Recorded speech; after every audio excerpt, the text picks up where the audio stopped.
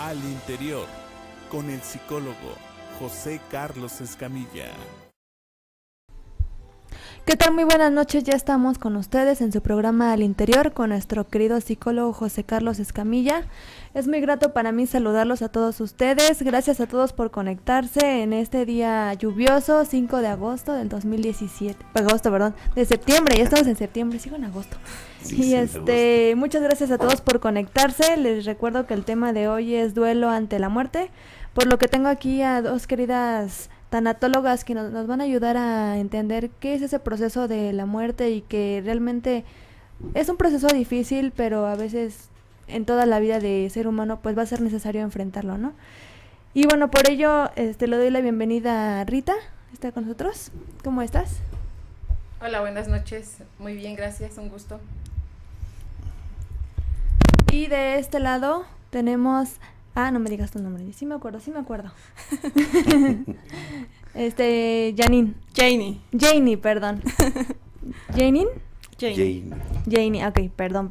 Janie, que también nos va a hablar de los duelos de la muerte. ¿Cómo estás, Janie? Bien, gracias. Buenas noches.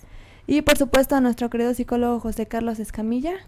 Hola, Selma. Hola, muy buenas noches a todos nuestros radioescuchas.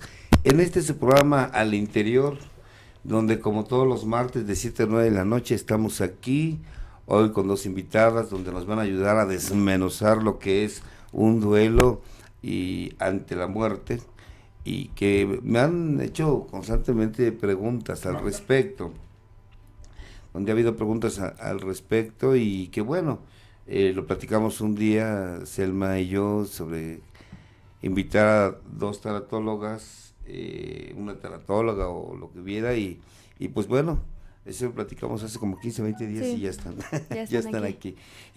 También tenemos aquí en los controles a mi querido Javier Platas. Muy buenas noches, mi querido Javier. ¿Qué tal, compañeros? Muy buenas noches, yo soy Javier Plata. Pues bienvenido, ya estamos aquí en una emisión más del programa Al Interior, y aquí voy a estar en los controles y atendiendo tus mensajes en la página www.alabanet4y5.com. Bienvenidos. Y también tenemos por acá en el anonimato a mi querido Damián, que por acá está encargado de lo que es la transmisión del video. Y pues bueno, estamos aquí hoy hablando, donde vamos a tener la oportunidad de hablar sobre esto, pero no sin antes saber si hay algunas preguntas, hay algunas dudas acá con Javier en la página o con Selma en Face Live. Javier? Por los saludos. Saludos. Sí, saludos. También tenemos una pregunta, pero creo que es de otro programa. A ver. Preguntan de cómo conseguir el diccionario, pero no nos menciona qué diccionario, entonces. A lo mejor se refieren a un programa de ayer. Sí, a lo mejor. Sí, del programa de ayer de mi querido Víctor Hugo, donde andan preguntando sobre lo que es un diccionario. La que entró. Ajá. No, tienes otra de una chica anónima. Y bueno, no precisamente, creo que no están hablando de este programa, tal vez fue del programa de Víctor Hugo, pero bueno, ya hablando aquí en nuestro programa, ya la encontraron. Sí, dice, hola, buenas tardes, saludos, quiero pasar anónimamente mi pregunta. Llevo 15 años trabajando en un hospital de tercer nivel y mi especialidad son pacientes en terapia intensiva, oncología, enfermos VIH y diagnósticos extremos. Cada vez es mayor la gente joven que muere siendo el alcoholismo o la drogadicción la raíz de sus enfermedades. Si analizamos a detalle cada caso, edades entre 40 años en promedio, mi pregunta es, tengo un hermano de 30 años que a diario se droga con cocaína. Y cuando veo a mis pacientes, no se me quita de la cabeza que algún día no tarda en llegar así mi hermano y tengo que prepararme para su muerte.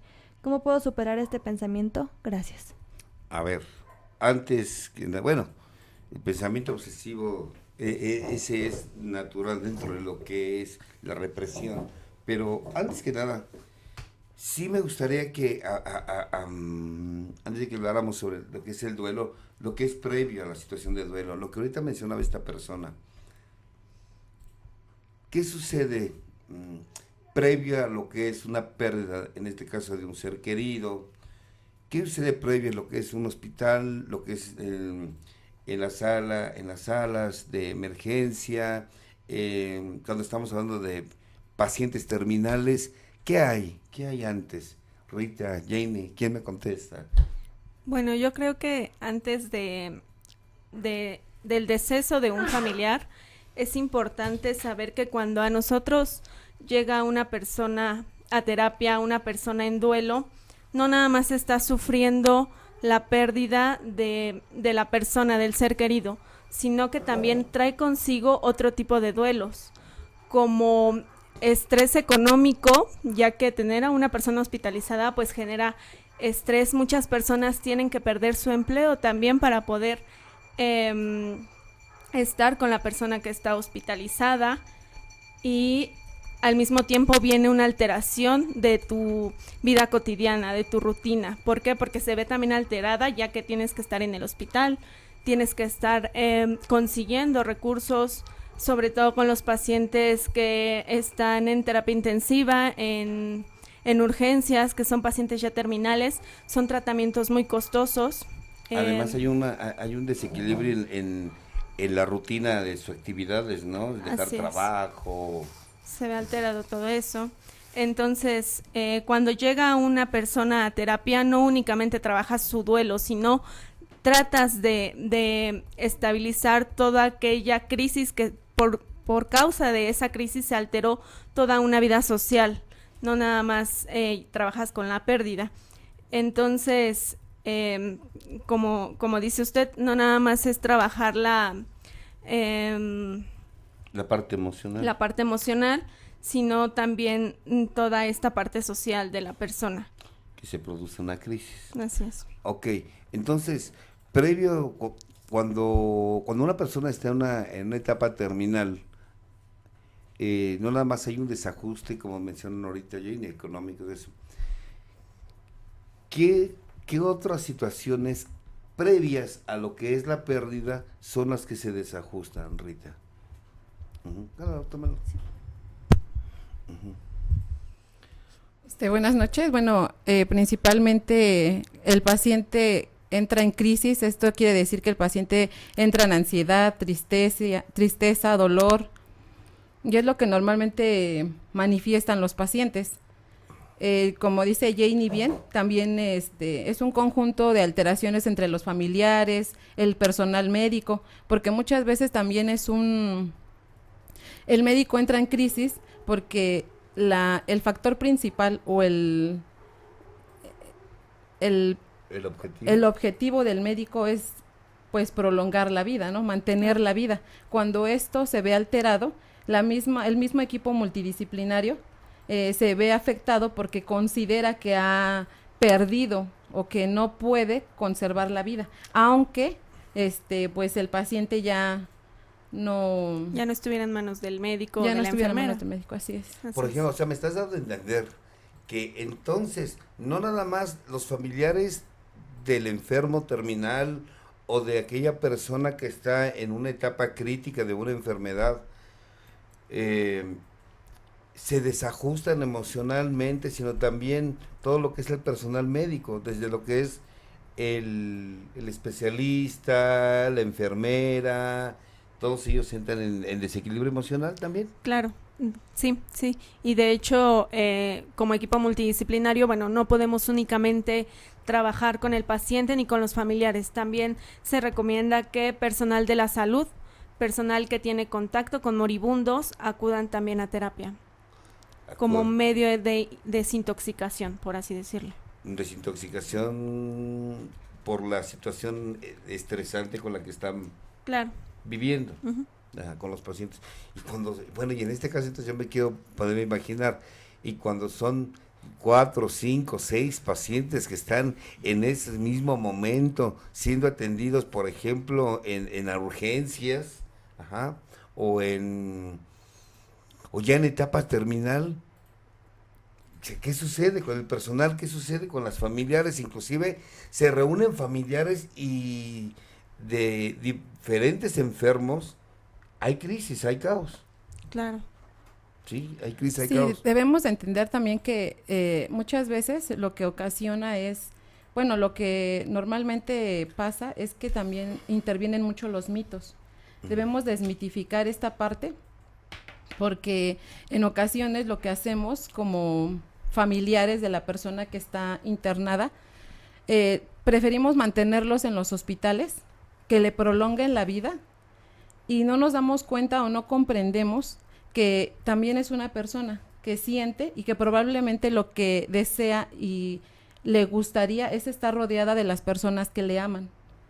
Y bueno, esto muchas veces pues lo alejamos, ¿no? Lo prolongamos, y lo que nosotros también nos enfocamos es precisamente a intervenir con el equipo multidisciplinario, familiares y enfermos, porque esto nos ayuda a que si el paciente ya está en fase terminal, y si la mejor opción es que él esté en su casa rodeado de la gente que le ama, que le quiere, y eso le ayudaría a él, pues nosotros consideramos que es la mejor opción.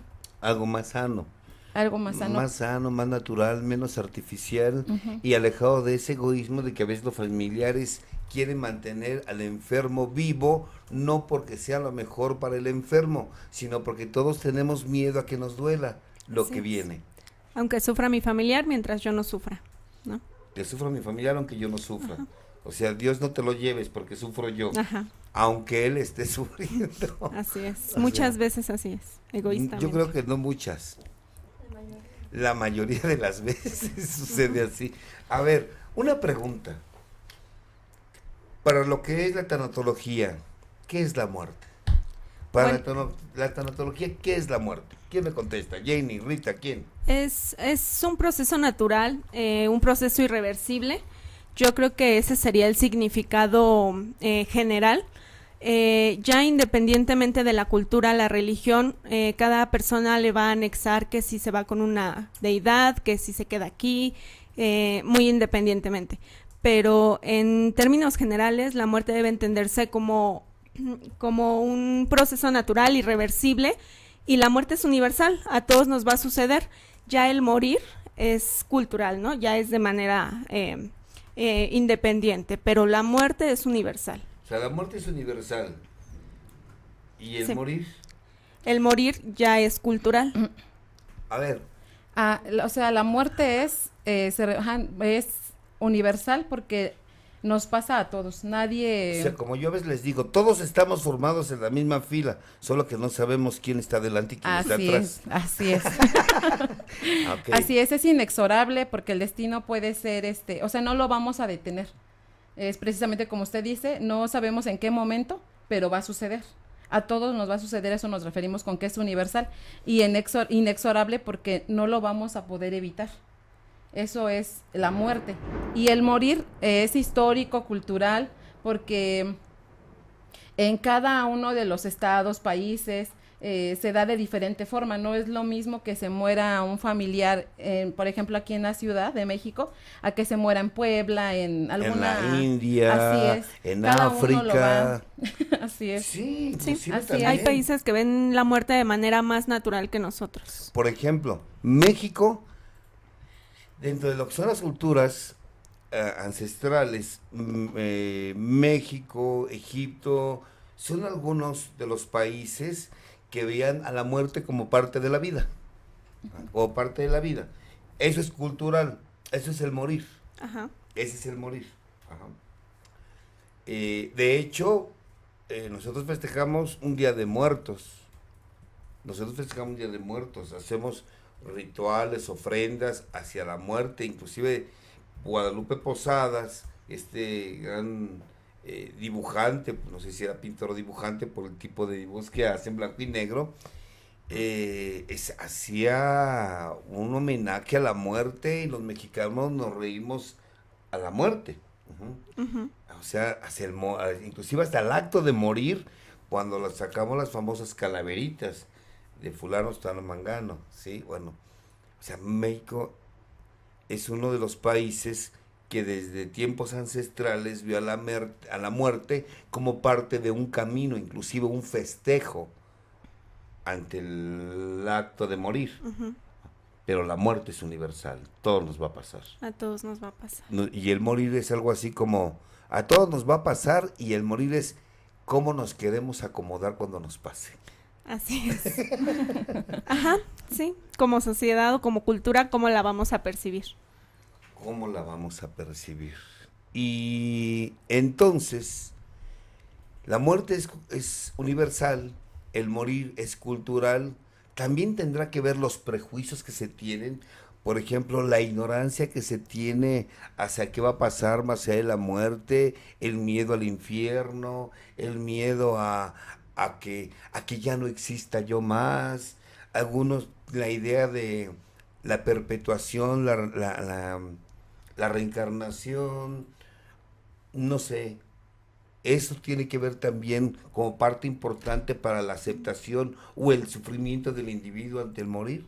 Yo considero que sí, es parte fundamental, porque en el morir, metafóricamente en nuestra sociedad, lo que hacemos es decir, por ejemplo, que se muda a una casa más bella, que va a un lugar mejor, que va a estar mejor. Entonces, aunque sea una metáfora para, bueno, no sé, para... Es un mito, o porque un mito mito, viene de mentira. Pues sí, Ajá. eso nos ayuda, bueno, características de cada quien y la forma de adaptarse de cada quien. Va a depender mucho de nuestras características personales, físicas y precisamente como usted dice, ¿no? La religión. Tendrá que ver también la cultura, bueno, perdón, el nivel intelectual de las personas, su nivel académico, inclusive su crecimiento o su pobreza espiritual, Janie. Sí, sí, sí. Y yo le agregaría también la manera en la que fuimos educados. A ver. Porque cuando nosotros nacemos, nacemos sin miedos, nacemos sin tabús. Entonces, si mis padres y mis abuelos me criaron diciéndome es que no vayas al velorio, es que no dejes que el niño se acerque al ataúd, es que porque llevas al niño al cementerio, O no vean al muerto. o no hables de muerte simplemente enfrente de los niños, me van a crear una idea de que es algo terrorífico, ¿Como el sexo? algo así, así O es. sea, más o menos como el Que sexo. en vez de educarte, Te lo niegan. te lo niegan y bueno, lo que niegas se vuelve tentador, ¿no? Entonces algo así con la muerte. ¿Por qué? Porque no te lo quieren hablar, no te quieren educar sobre la muerte cuando es algo natural. Inclusive cuando la gente te dice, la gente mayor de más de 60, 70 años, 80 años que dicen, hijos, quiero hacer ya mi testamento, y empieza a tocar ese tema. ¿Qué sucede con las familias? ¿Por qué se ponen locos? Ahora de Troya, dice Selma. Ajá, como si fuera inmortal la persona, ¿no? Como O sea, de, no, a ti no te va a sí. pasar, no vamos a hablar de eso ahorita. Una negación total. Ujú, así es, hay Ya. personas que no les gusta hablar de la Sí, muerte. lo que pasa es que también nuestra sociedad tiende mucho a usar eufemismos. Le atribuimos, son palabras que consideramos, no usamos la palabra muerte como tal, nos da miedo. Por ejemplo, yo o tengo un nos amigo, parece grosero, perdón. Ajá. yo tengo un paciente que en vez de hablar la palabra muerte dice, se acostó, Exacto. Ujú. o ya se fue, o se nos adelantó, o ya se petateó. Bueno, petatearse puede ser de otra forma.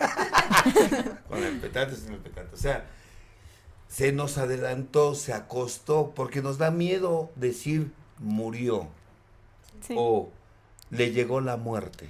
Así es. ¿A eso te refieres? Así es, sí. Es finado. Está afinado. O sea, tan tan. Tan tan, punto. Porque nos da miedo decir la palabra muerte. Sí, nos da miedo. Le digo, como sociedad es lo que nos sucede o nos pasa. En la mayoría de los casos, como bien dijo mi amiga Janie, no hablamos del tema. Nuestros mismos familiares o nuestros padres, abuelos, no lo hablan. No son temas que se aborden ampliamente, como también usted mencionó, que como el sexo, ¿no? Era un tabú. Ahora ya es menos, pero Todavía. Todavía. O sea, todavía ya no nos encueramos tan rápido. Las maestras pero- hablan de sexo en las escuelas, pero de acuerdo a la educación de ellas. Y también Aún de la así. cultura. Así es.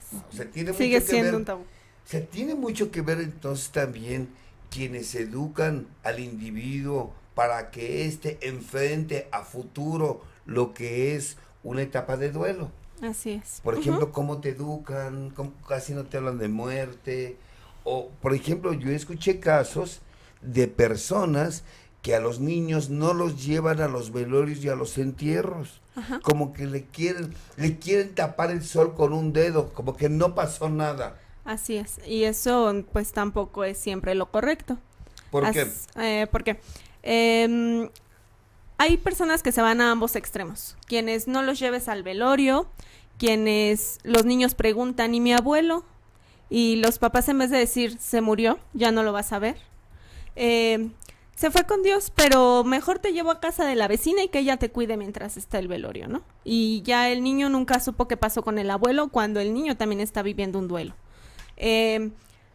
Sin embargo, también hay quienes se van a los extremos, no, acércalo al ataúd y que se despida del muerto. Y hay personas que traen traumas, literalmente traumas. Por esa situación. Porque mis padres, tengo 30 años y me acuerdo que cuando yo tenía 6 años, mis padres me acercaron al ataúd y yo, es una imagen que hasta ahora ya no me puedo acercar a un ataúd, ¿no? O me da miedo pasar por una funeraria. O sea, eso también es incorrecto. Si los niños tienen la curiosidad de, ahí está mi abuelo, yo quiero acercarme y despedirme a ver a mi abuelo, Adelante. ok, adelante. Pero si el niño no tiene el No deseo, quiere, la necesidad. No tienes por O qué sea, forzarlo. esto es como cuando los niños están chiquitos que le dicen, ándale, ve, saluda a la tía, y el niño no quiere, Así ándale, es. salúdala, dale beso, y lo obligamos a que el beso, y ándale, y dale beso a la tía, y la tía está gorda y fea, y el niño le da miedo, pero se tiene que empujar el beso a la tía. Así es. Bueno, es cuando empieza, ¿no? Lo mismo sucede con el ataúd ante la muerte, y estamos hablando del abuelo, pero hay casos más críticos donde es el mismo padre o la madre. Y al niño se le dice, acércate y despídete. Cuando es su padre o es su madre, o se le niega el ritual de lo que es todo el acto de velorio y entierro al niño. O sea, ya ni siquiera se le dice velo, sino que se le niega, y él no supo dónde quedó su papá y no supo dónde quedó su mamá. Y prefieren inventarles historias de que se fue de viaje. También otro punto importante, hay personas que dicen, es que Dios se lo llevó. Independientemente de las creencias religiosas, a un niño no puedes decirle que Dios se llevó a alguien. Porque si tú le dices que Dios se llevó a alguien, ese niño va a crecer resentido contra Dios, porque entonces Dios es malo, Dios se lleva a la gente. Dios se llevó a mis hermanos, Dios se llevó a mis papás, ¿no? Entonces, también siempre tener mucho cuidado en qué le decimos a los niños, siempre hablarles con la verdad. Se murió, ya no lo vas a volver a ver. ¿Quieres despedirte? ¿No quieres despedirte? Está bien, lo respeto. Pero tampoco inventarte historias ni decirle a un niño que se lo llevó Dios. O sea, que está en el cielo, ¿no? Y el niño que se quiere subir a un avión por si ve a su padre, a su madre, su abuelo, su abuela, ¿no? Así es, tener mucho cuidado qué le dices a un niño. Porque también, Rita, a ver, yo te quiero hacer esta pregunta. Porque también a veces los adultos estamos tan ocupados en nuestro dolor que no nos percatamos que si bien, un ejemplo, era mi padre o era mi madre, también no me doy cuenta que era el abuelo de mis hijos, que era la abuela de mi hijo, de mi hija, y que además era tal vez la suegra de mi compañera, o la madre de mi compañera. Y yo nada más estoy pensando en mi dolor y no me doy cuenta que otros también están sufriendo bajo otra perspectiva. Esto también se ve muy frecuentemente, eso agudiza el dolor que se viene ante una pérdida o nos lleva a seguir viendo la muerte como un tabú. Hay que identificar que cada uno de nosotros vamos a llevar el duelo. El duelo es personal, es independiente. O sea, cada uno lo vamos a vivir, a experimentar, así es. Esto es personal. Lo que pasa es que a veces también lo que sucede es que proyectamos en el otro, ¿no? A veces proyectamos en el otro lo que sentimos nosotros. Esto es, quiero decir que Por ejemplo, cuando a veces buscamos ayuda por ejemplo, para la hermana, que porque la mamá se murió y entonces queremos ayudar a la hermana, porque consideramos que mi hermana es la que está en duelo, mi hermana es la que está pues triste, La que está sufriendo angustiada, más. ella es la que está sufriendo más. Seguro. Entonces yo vengo a buscar ayuda para mi hermana, cuando realmente la que necesita la ayuda soy yo, porque realmente preguntas, ¿no? ¿Y tú cómo estás? ¿Cómo llevas el duelo? ¿No? Y ahí te percatas que precisamente la que necesita el apoyo es quien busca la ayuda para la hermana, ¿no? O para los demás. O para los demás. O sea que, como dicen en Alcohólicos Anónimos, el más tronado es el que más cree que los demás necesitan ayuda. Sí. Algo así. Ay, quería decirlo, pero bueno, pues ya lo dije. Ok, entonces, es que es cierto, el que cree que, a ver, una pregunta, Janie, Rita, ¿quién de las dos me contesta esta pregunta? Ante la muerte la gente usa frases como, no llores, sé fuerte. O sea, ¿qué opinan de eso ustedes como tanatólogas cuando le invitan a la persona que está viviendo el duelo a que reprima lo que siente? Nosotras consideramos que el duelo es un proceso ante la pérdida significativa y este proceso sí precisamente lleva al llorar, al estar triste, al angustiarte, al sentirte ¿Enojado? pues ¿También? devastado, pues sí. Ujú. Ajá. Eso es un proceso. Consideramos que eso es un duelo sano dentro de estas características, mientras no se vean afectadas las actividades diarias de la vida o las actividades cotidianas. Cuando ya se afectan, por ejemplo, el trabajo, sus quehaceres, inclusive la satisfacción de sus propias necesidades, ya hay problema. Ya podemos hablar de que puede haber un duelo complicado o un duelo psicopatológico. Ándale, vamos a hablar de eso. Va, ok. Entonces, cuando la persona diga, es que quiero llorar, adelante, llore. llora. Que llore, claro. Siempre y cuando la persona quiera, porque también, bueno, ahí está el otro extremo, cuando no lloran y los familiares es que llora, o el terapeuta hasta que su paciente no entre en catarsis no es feliz. O sea, ¿Quién? el terapeuta no es feliz hasta que el paciente no... Es lo que quería no- que dijeras. Sí, sí, sí. Entonces, ese extremo tampoco es el correcto. Siempre respetar las emociones del doliente. Inclusive hasta su represión. Así es, Algún día tendrá que reventar. así es. O sea, si no es hoy, será mañana, diría Timbiriche. Sí, pero Ok. O sea que si no es hoy, será mañana, pero que algún día va a llorar. O sea, ni tengo por qué inducirlo al llanto, así es. ni tampoco tengo por qué reprimirle el llanto, que sea fuerte. Mira, no llores, porque mira, si la abuela te ve llorar, se va a poner peor. Y entonces todos reprimen su dolor con tal de que la abuela no los vea llorar a todos, porque se convierte en una histeria colectiva. Si uno llora, todos lloran. Y si todos lloran, dicen, es que todos sufrimos su dolor. No es cierto. Hubo una histeria colectiva, hubo un contagio colectivo. Ujú. Sí, Y no en todos será auténtico. sí. En unos sí y en otros no. Algunos será drama, algunos será por culpa. Ajá. Algunos lloraban pero de gusto. Qué bueno que se fue.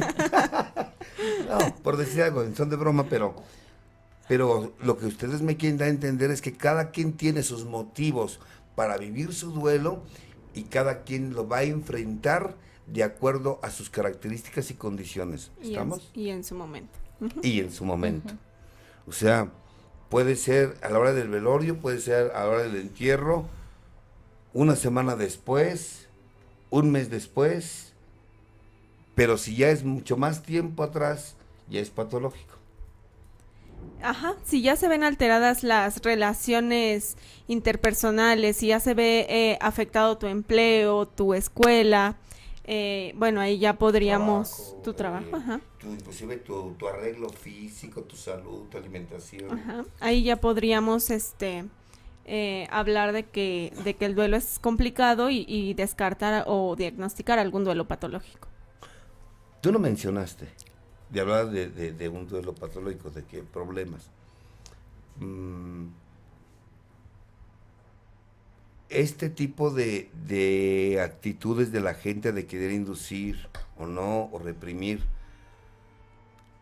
¿cómo afecta a la persona un duelo patológico? Como ya lo comentó Janie, es un deterioro de las relaciones interpersonales. Esto es con familiares, amigos, compañeros. Todas esas relaciones se afectan. Ya no hay una buena relación, o al menos no hay la relación que había antes de esta pérdida.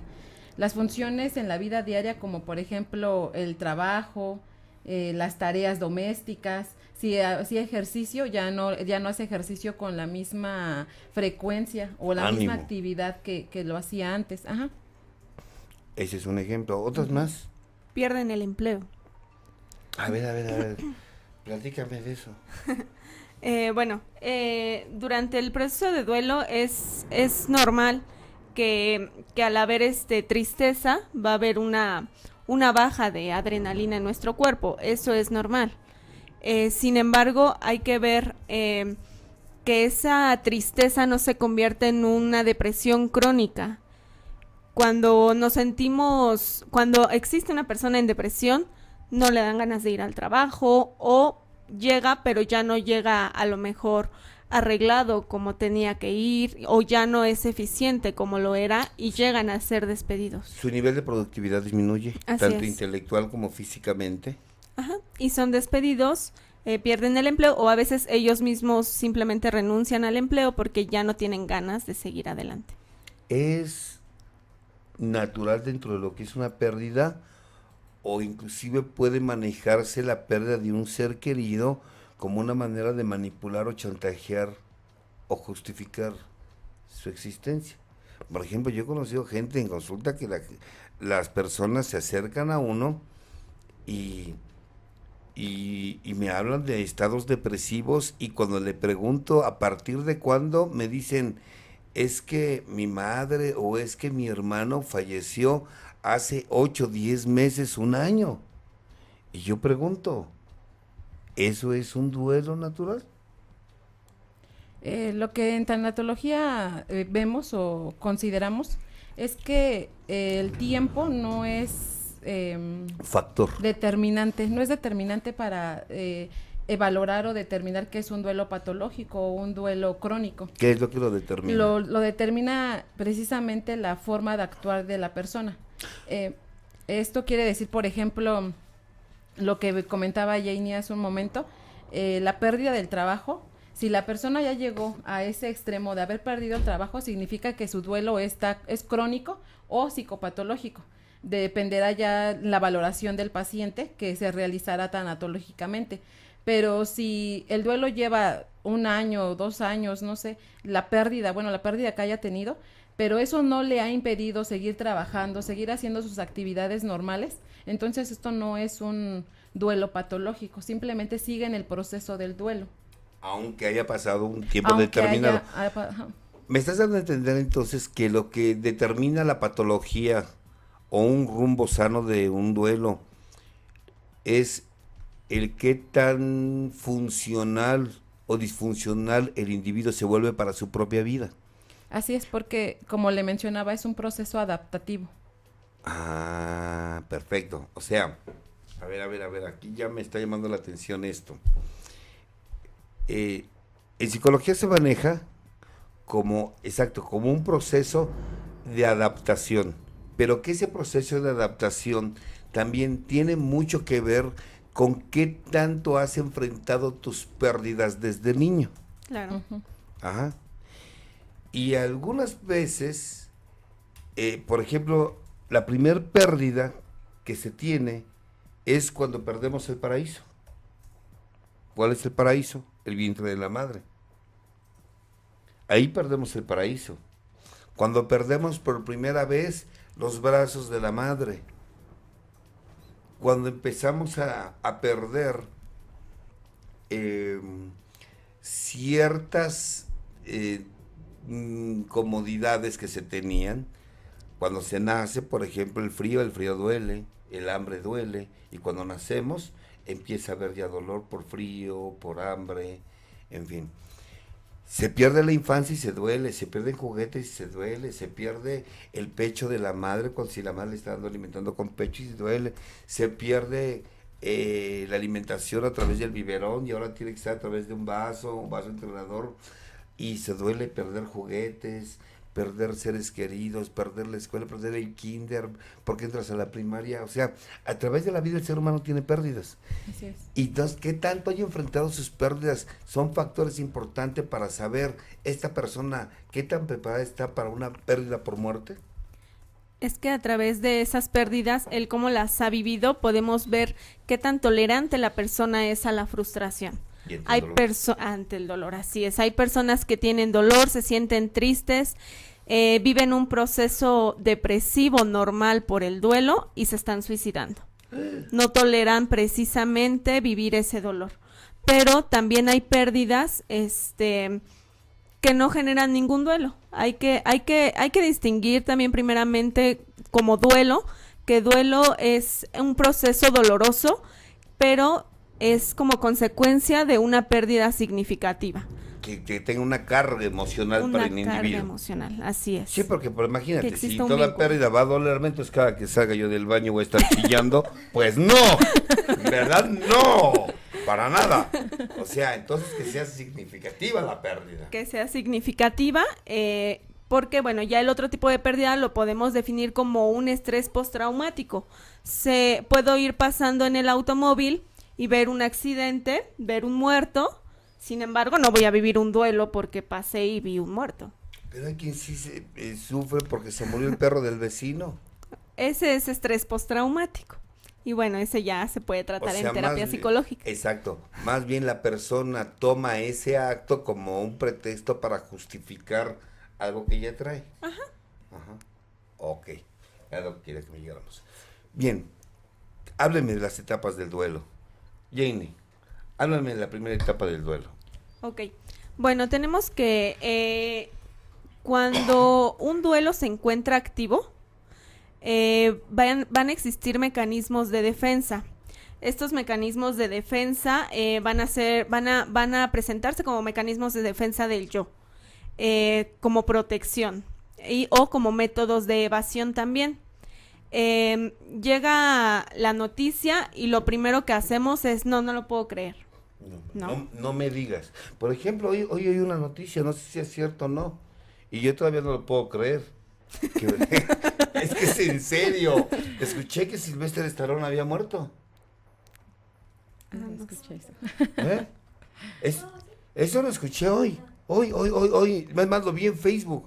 Pero como Facebook son chismes, mentiras y mucho, entonces yo me quedé así, pensando. Ese es un ejemplo, así como que, no lo puedo creer, fue Facebook. Negación. ¿A eso te refieres? Ajá, me refiero más a la incredulidad de las personas, a la incredulidad de no creer la noticia o de poner en duda la noticia. Esa sería como la primera reacción que el ser humano coloca como medio de defensa. Posteriormente viene el cómo reaccionar.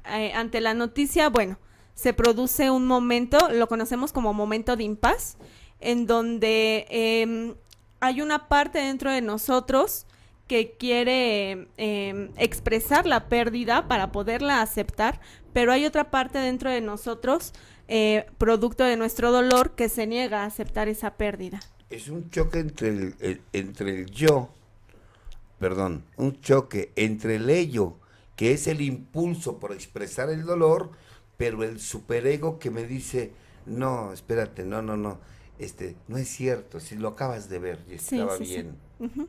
Si lo aceptas, te va a doler. Si lo aceptas, te va a doler.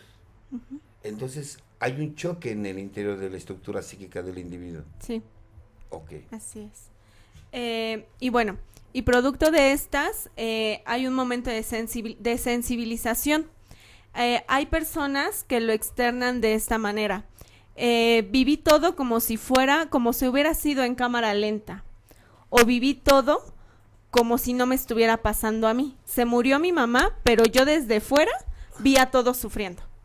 y yo como si estuviera de este lado. Y yo ¿no? como si estuviera viendo una película y como en cámara lenta o hasta en blanco y negro, ¿no? Inclusive solo recuerdo flashazos del velorio Ajá. o cuando me dieron la noticia. Sí, esas son métodos de defensa que nuestro yo pone para evadir el dolor o evitar el dolor. En paz. Son parte bueno, pero son parte de un duelo natural, de un inicio de un De la duelo. primera etapa. De la primera etapa de del duelo. negación. Así es. Porque hay hace una fragmentación del yo, entonces buscamos un mecanismo de defensa para que no se fragmente, porque para el individuo todo lo tiene acomodado, todo está arreglado a su vida, como que un miembro ya se me va de mi escenario, entonces no lo puedo creer, lo niego. Así es. ¿Es así? Ajá. Perfecto. Segunda etapa. La segunda etapa del es duelo, la de Rita. desorganización grave del yo. Estas dos primeras son un filtro, se consideran filtros porque lo que hacen estas primeras dos etapas tratan de disminuir la carga emotiva y emocional. En la segunda etapa lo que sucede es que se presentan, se presenta el enojo, la tristeza, la angustia, la culpa. Entre ellos se presenta una idealización. Lo que pasa es que hablamos de la persona que ha fallecido como que era la mejor persona, que era extraordinaria, que era la mejor mamá, el mejor papá. Le atribuimos unos conceptos positivos, pero también puede pasar que hablemos mal, ¿no? Que era lo peor, que se lo merecía, que... Qué bueno que ya se lo llevó el El Señor. karma. El karma, sí, ya, qué bueno que te lo llevaste, Señor, ya era hora, ya que nos dejaras descansar. A él y a nosotros. Y en esta etapa también aparece lo que llamamos confluencia. En esta lo que pasa es que todo gira alrededor del duelo, todo gira alrededor de, así haya pasado poco o mucho tiempo, lo que pasa es cuando le preguntamos, ¿no? ¿Cómo está? O ¿qué estás haciendo? Y todas las respuestas giran alrededor de esa pérdida. Y lo que también pasa son las proyecciones, las fijaciones. Y puede ocurrir un sepultamiento. El sepultamiento nos referimos a que no elaboramos el duelo y simplemente lo enterramos. Que creemos que ya lo sanamos o lo superamos y que ya estamos bien, y lo que hacemos es sepultarlo o como olvidarlo. Así como que ya pasó, Ya pasó. La vida tiene que continuar. Pero realmente me no se brinco logró. el duelo. Ujú. O sea, me brinco el duelo. Digo, la vida tiene que continuar, el show tiene que continuar. Ya pasó, ya se murió y ya está con el Señor. La vida tiene que seguir. Pero no vivo el duelo. Sí. Ah, mira qué interesante. ¿Y qué sucede cuando sucede eso? Lo que se trata de hacer es tratamos de disminuir el dolor. El dolor que nos ha generado la pérdida con los mecanismos de defensa. Son mecanismos de defensa ante el dolor. Uh-huh. Son como filtros para que el impacto no sea tan doloroso. Así es. Pero, ¿están de acuerdo conmigo ambas que asumimos actitudes diversas cada uno, diferentes, ante una pérdida? Por ejemplo, desde hablar bien de la persona hasta sacar todo el resentimiento y odio que tengo hacia esa persona, y a algunos no les va a agradar que hables mal del muerto, y hay otros no les va a agradar que hables bien del muerto. Sí. Y eso es parte de la crisis y el caos de los seres queridos. ¿Eso es a lo que me refería también? Sí. ¿Sí? Uh-huh. Es parte de la crisis. Así es. Porque miren, cuando muere alguien y ese alguien proviene de una familia disfuncional, neurótica y desintegrada, siempre que muere alguien, todos se pelean. Todos se pelean. Todos se pelean, todos se sacan sus trapitos, sacan resentimientos, y tú que le lloras, y tú fuiste así con y tú para qué vienes, hipócrita, y todo mundo peleándose. Como terapeuta, yo entiendo que eso no son más que mecanismos de defensa para esconder su dolor, buscar culpables, Sí. esconder su dolor. Es como terapeuta, como yo lo veo. Díganme ustedes, como tanatólogas, ¿es así? ¿Es parte de la segunda etapa, Rita? Sí. Sí, es la familia y en general entran en crisis, y es precisamente lo que usted dice. Como pueden hablar bien, como pueden hablar mal del fallecido, las personas se pelean por todo, hasta, bueno, más por las herencias, ¿no? Sí. No, yo hasta se pelean entre ellas, o sea, me refiero hasta a las esposas, ¿no?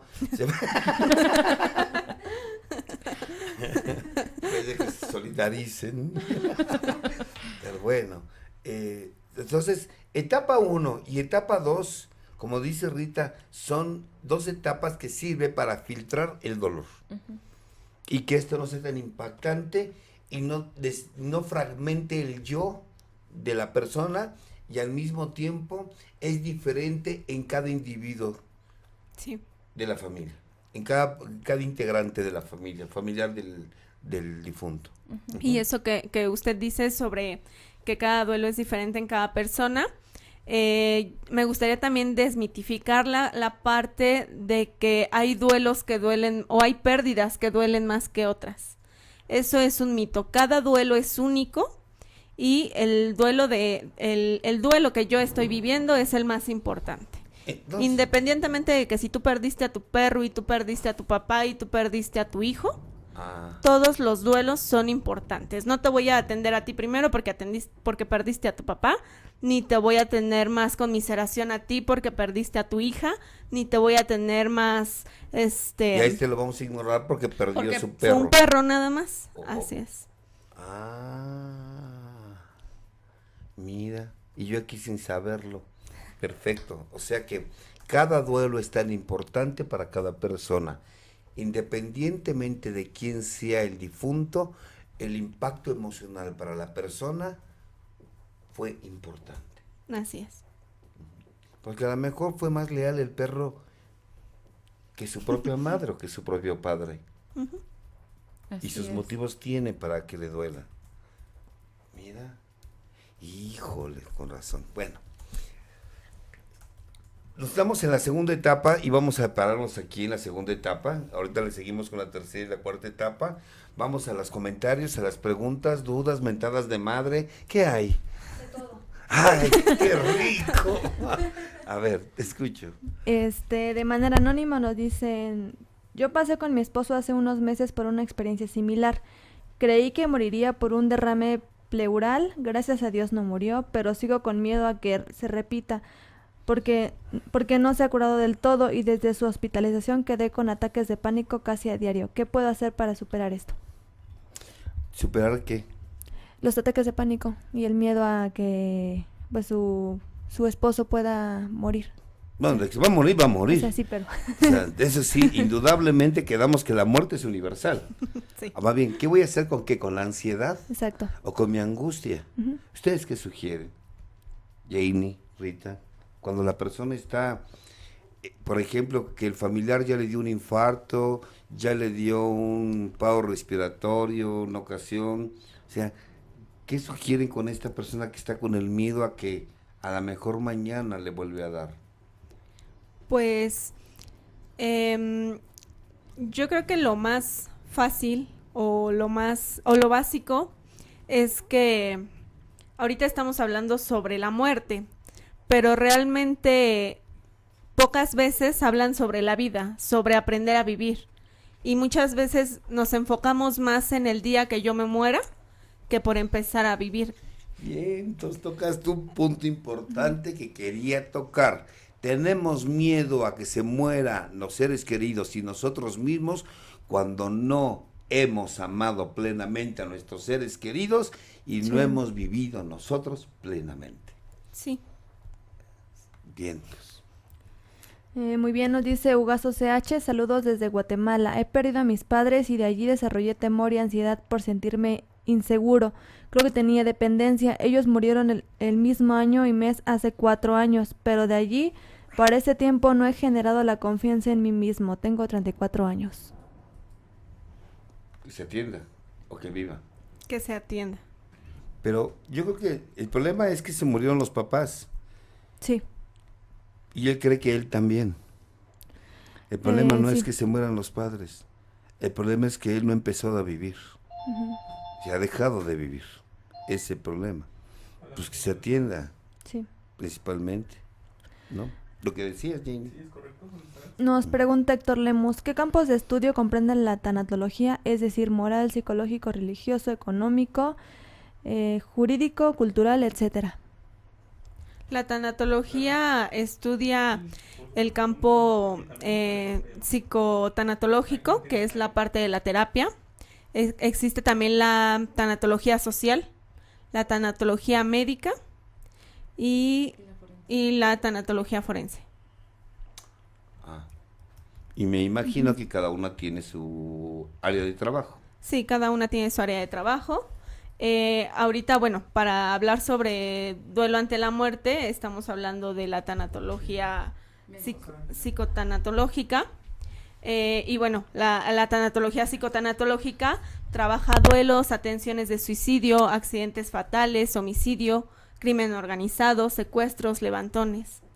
Trabaja una amplia parte Por de la ejemplo, los psicoterapia. familiares de los que son secuestrados, también se trabaja la tanatología con los familiares. Con los familiares y con la persona secuestrada, ya que También con el secuestrado, cuando deja de ser cuando deje secuestrado. de ser secuestrado. Perfecto. A ver, tenemos aquí una llamada. Mientras no sea de atención, a ver. Adelante, estamos aquí en vivo. Buenas noches, doctor. Mi nombre es Ruth Lozada. Estoy escuchando ahorita su programa, pues sobre el duelo. Y yo quería hacerles pues compartirles mi experiencia que a mí me pasó. Bueno, yo antes no vivía aquí en la Ciudad de México. Tengo apenas, en este mes, acabo de cumplir 3 años que regresé a vivir aquí a la ciudad. ¿Qué te sucedió, mujer? Y pues bueno, aquí estaba yo conviviendo con mi mamá, porque yo me vine aquí a regresar a vivir con ella junto con mi familia y mi esposo y mi hijo. Y pues bueno, yo había tenido tiempo que no estaba yendo a un grupo. Cuando yo decido ir a asistir otra vez pues a mi grupo y todo, pues así que estaba yo bien potente, me sentía con mucha fuerza. Entonces algo de mí interiormente me decía que pues que no dejara mi grupo, que tenía que estar pues practicando mi programa. Y pues bueno, un día yo estoy yendo a un grupo de Al-Anon. Entonces el día que me tocó a mí ir a mi grupo, fue un viernes. Mi mamá falleció el 25 de noviembre del año pasado. Y cuando yo regreso pues ahora sí que de mi grupo de ir a asistir, pues ahora sí que yo venía con un espíritu, pues la verdad bien chingón. Me sentía con mucha fortaleza espiritual, mucha tranquilidad. Y acababa de llegar aquí a la casa de ustedes cuando pasaron como 10 minutos y mi mamá pues se desvaneció. Y de repente pues yo dije, chis, pues ¿qué pasó con mi mamá si yo la vi bien? Entonces de repente volteo, reacciono y veo que estaba en el piso. Entonces rápido corrimos y la auxiliamos y la llevamos al hospital. Y bueno, pues ahí los doctores hicieron todo lo humanamente posible, pero ella le dio un infarto. Entonces en ese momento pues yo como que no supe cómo reaccionar, pero yo siento que a mí lo que me preparó o de alguna manera hizo que pues así como que digo no perdiera yo la cordura, pues fue que estaba yo yendo asistiendo a mi grupo. Entonces pues fue una experiencia para mí que el programa pues me ha dado mucha fortaleza espiritual. Casualmente a los 8 días de que mi mamá falleció, me tocó a mí pues compartir en mi grupo y mis compañeras me decían que tenía que coordinar y pues fue una experiencia pues que de alguna manera pues sí pude pues sobrellevar, porque me dicen mis compañeras, ¿te animas a coordinar la junta? Yo pues sí, nada más me dicen cómo. Y de repente pues ya en ese momento no había llorado, no había sacado así como que dicen mi duelo. Empecé a llorar en la junta cuando yo estaba coordinando mis compañeros pues se me quedaban viendo, pero entre que era el llorar de la emoción porque era la primera vez que yo coordinaba, y entre que se me vinieron todos los recuerdos de todos los sucesos de lo que yo estaba viviendo 8 días antes de esa pérdida, pues a mí el programa y estar en el grupo fue lo que a mí es lo que a mí me ha ayudado. Entonces yo quería compartirles esa experiencia, mis compañeros, la gente que me conoce pues me ha dicho que de alguna manera pues he sobrellevado mi duelo, mi pérdida, que no me vieron tan mal. Mi suegra hace como 3 años ella perdió a su hermana y yo la vi muy mal, entonces yo no quería pues que me pasara lo mismo, ¿no? Yo vi que ella sufrió mucho y como que no la dejaba ir, se aferraba mucho a las cosas. ¿Cuál es tu nombre? No, de hacer todo lo contrario. Mi nombre es Ruth Lozada. Ok, Ruth. Pues muchísimas gracias por tu experiencia. Qué bueno. Lo mencionábamos ahorita, cada quien vive su duelo de diferente manera. Ahora, el problema es la gente, ¿a qué le llaman lo vi mal? La gente piensa que ver llorar a las personas, eso es verlo mal, y no es así. No es así, pero bueno, ahorita lo vamos a comentar. Gracias, Ruth Lozada, te mando un fuerte abrazo y ánimo a seguir adelante, a vivir. Que tengan muy buenas noches. Gracias, hasta luego. Hasta luego, bye. O sea, la gente tiene la idea de que verse mal es llorar. Sí. A ver, platícame, coméntenos. ¿Quién me comenta? Ruth, échale. Rita. Perdón, Rita, sí me quedé con Ruth Ruth ya del se teléfono. A ver.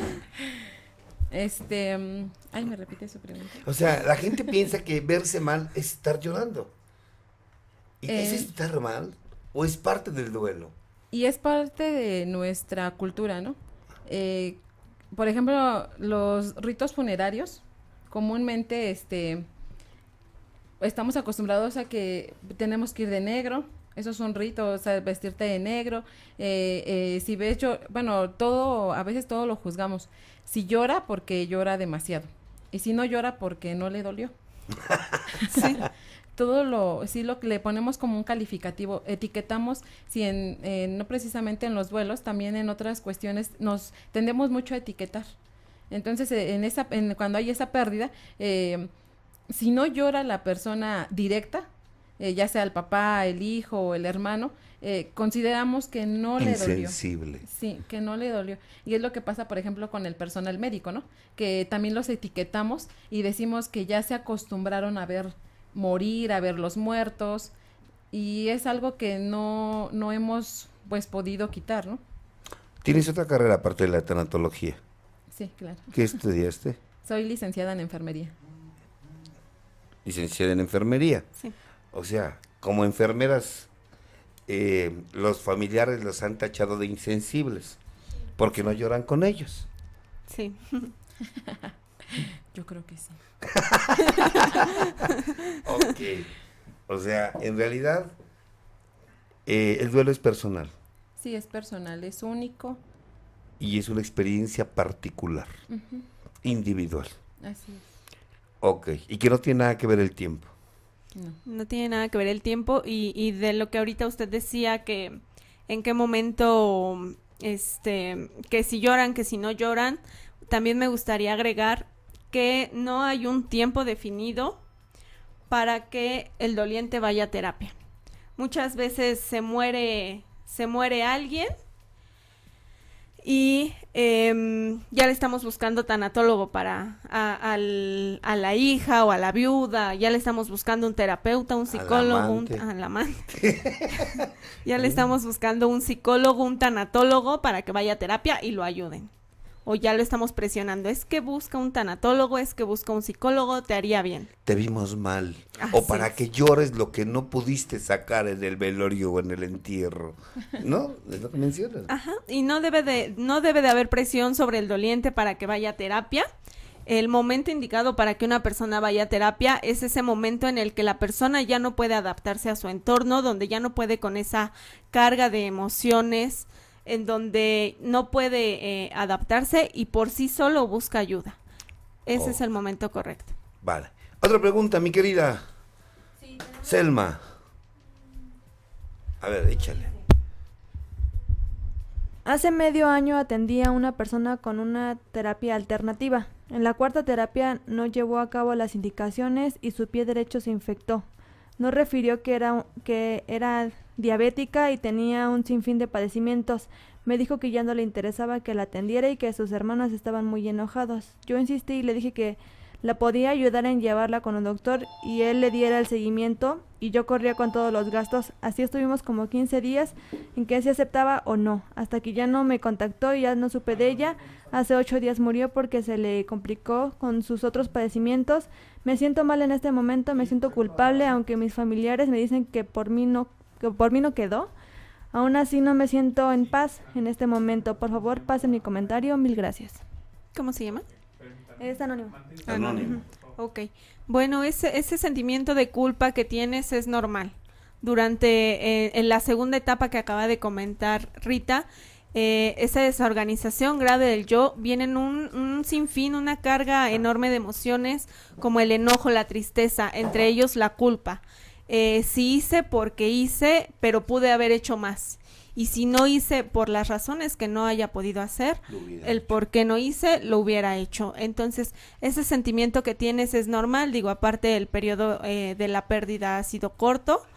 Y bueno, pues sí te sugiero que busques una ayuda terapéutica que te acompañe, que te ayude a acompañar tu duelo, a trabajar tu duelo. También existen talleres sobre duelo, también te podrías apoyar en uno. Claro. ¿Algo más? Edith BR, buenas tardes. Tiene medio año que se murió un familiar, sus familiares cercanos no lo aceptan. Incluso sus hijas no quieren que nadie toque sus cosas, ropa, zapatos, incluso no quieren visitar los lugares que él frecuentaba. ¿Cómo ayudarlos para que acepten muchas? Muchas gracias. Sí.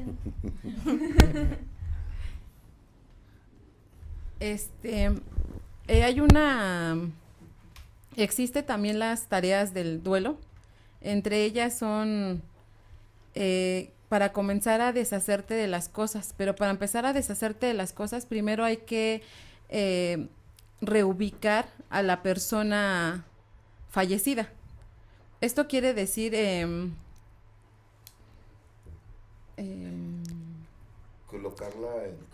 colocarla emocionalmente o significativamente en algún lugar, por ejemplo. Una de las primeras tareas que nosotras consideramos importantes es aceptar la pérdida, aceptar que la muerte es irreversible, que ya no vas a volver a ver a esa persona.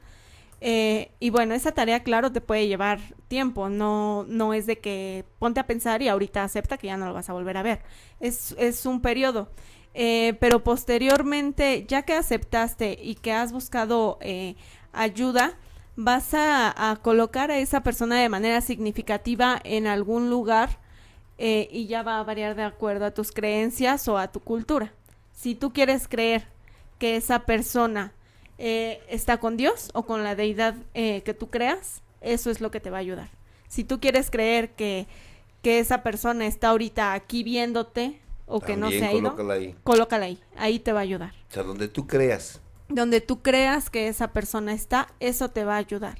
Sin embargo, no significa que tienes que crearle un altar, o que no te vas a deshacer de sus cosas, o que nadie toque sus cosas, o viceversa, que ya se murió hoy y ya mañana estoy tirando todas sus cosas. Hay un tiempo para todo.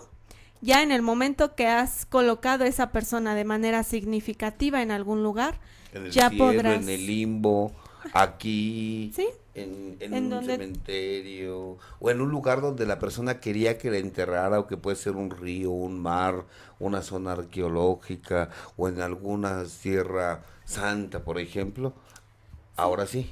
Ya que está colocada o resignificada esa persona, ya tú puedes hacer uso de sus pertenencias. Hay personas que no están de acuerdo en que se hagan altares a una persona. Sin embargo, bueno, ya esa valoración también del tanatólogo, si el paciente no se ve alterado en sus funciones cuando tiene un altar de su difunto, ya el tanatólogo verá si no complica el duelo. Pero hay personas que tienen ahí un altar y no lo toquen y es que es santo bendito y nadie se le acerque. Entonces, bueno, ya ahí ¿También es respetado esa idea? se puede respetar, sí, siempre y cuando no altere las funciones de la persona. O sea, su trabajo, sus relaciones de pareja. A ver, tenemos aquí a alguien al aire. ¿Estamos al aire? ¿Te escuchamos? A ver, permíteme. Ahora sí. Te escuchamos. ¿Tu nombre es? Mi nombre es Estela y bueno, también he estado en un grupo de Alcohólicos Anónimos por parte de una neurosis que he tenido y que bueno afectó gran parte de mi vida.